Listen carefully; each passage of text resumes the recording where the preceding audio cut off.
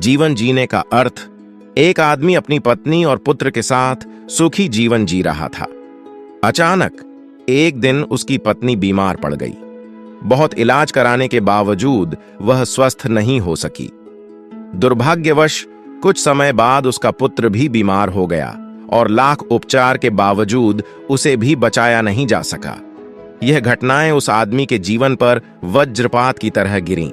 वह दिन रात रोता रहता और संसार से विरक्त होकर एकांत में रहने लगा।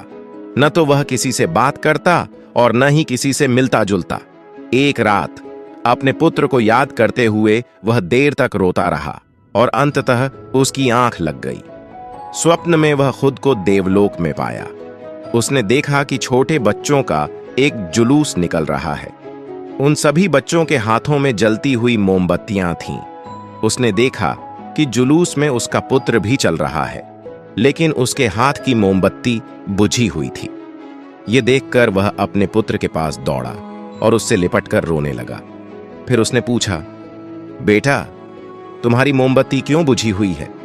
पुत्र ने जवाब दिया, पिताजी, आप जब जब मुझे याद करके रोते हैं तो आपके आंसुओं से मेरी मोमबत्ती बुझ जाती है। यह सुनते ही उस आदमी की नींद खुल गई। उस दिन से उसने अपने पुत्र के लिए रोना बंद कर दिया और उसकी स्मृति में अनाथ बच्चों की मदद करना शुरू कर दिया। कहानी से सीख, रिश्तों के प्रति मोह स्वाभाविक है, लेकिन उनके चले जाने के बाद शोक में डूबने के बजाय उनकी स्मृति में रचनात्मक कार्य करना चाहिए। इससे उनकी यादें और अधिक अर्थपूर्ण और सकारात्मक बनती हैं।